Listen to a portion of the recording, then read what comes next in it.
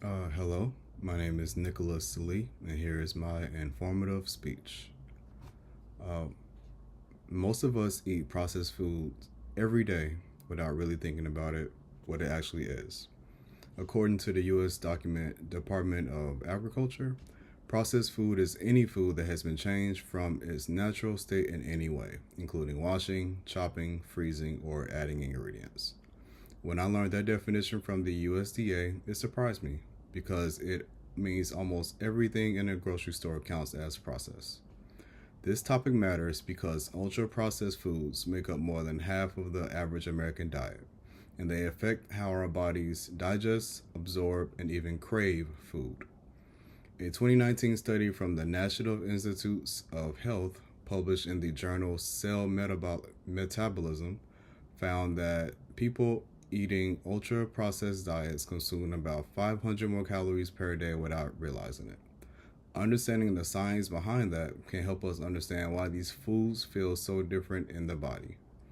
I became interested in this topic after reading Robert Schufeld's textbook, Introducing Food Science, where he explains how emulsifiers, stabilizers, and flavor compounds are engineered to change texture, shelf life, and taste.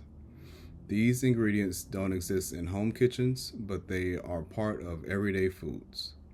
Today I'm going to explain three things. First, what processed food actually is. Second, how ultra processed foods are made. And third, what happens inside the body when we eat them. My goal isn't to tell you what to eat.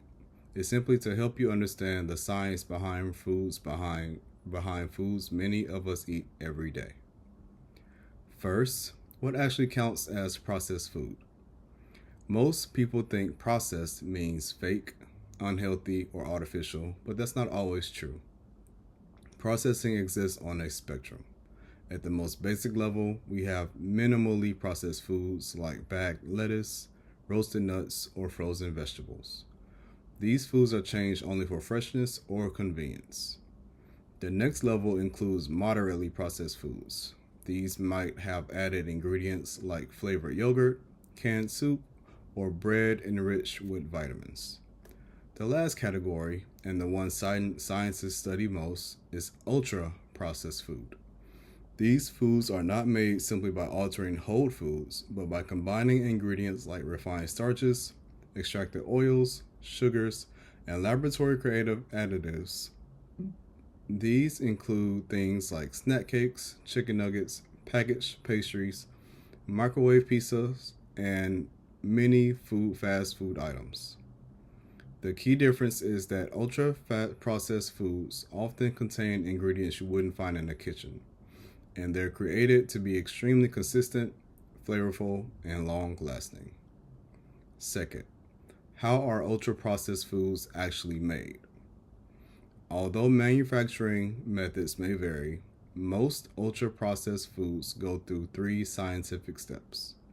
The first is mechanical processing. Whole foods like corn, wheat, or potatoes are broken down into their simplest parts. For example, corn can be separated into corn flour, corn syrup, or corn oil.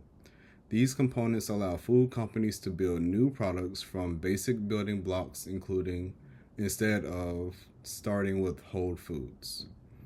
The second step is chemical or industrial alteration. This can include bleaching, hydrogenation, freeze drying, or extrusion. Extrusion is especially common. It's the process used to make foods like cereal, crackers, and some meat substitutes. Grains are ground into a slurry, heated to extremely high temperatures, and pushed through a metal die that shapes them into loops, flakes, or puffs. The third step is formulation. This is where ingredients like emulsifiers, stabilizers, artificial flavors, colorants, and sweeteners are added. According to food scientist Robert Schufelt, these additives are not necessarily used to make foods fake, but to create texture, safety, and shelf stability that natural ingredients cannot always provide. They also help the food look and taste the same way every time you buy it.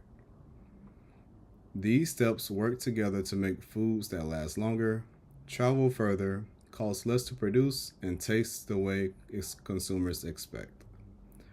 Finally, what happens inside the human body when we eat ultra processed food?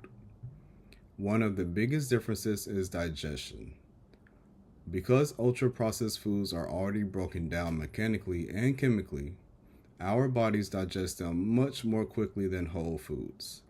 This leads to faster spikes in blood sugar and quicker drops afterwards, which can trigger more hunger.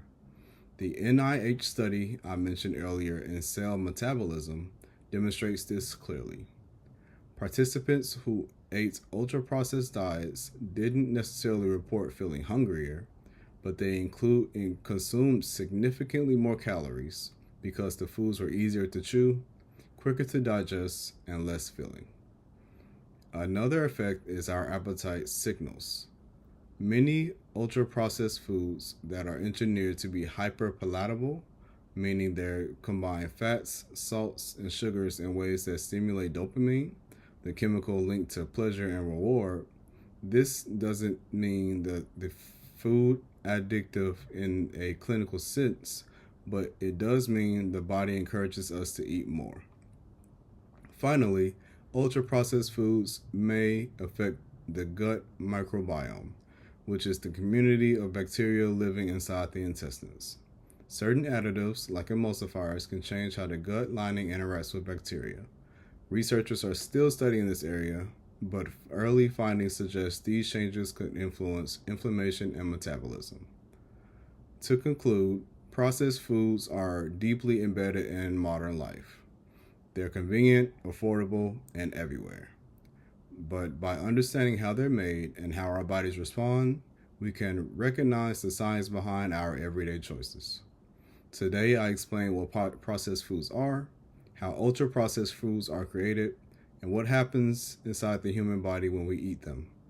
My goal isn't to persuade you or tell you what to eat. It was simply to help you understand the science behind a major part of the modern diet.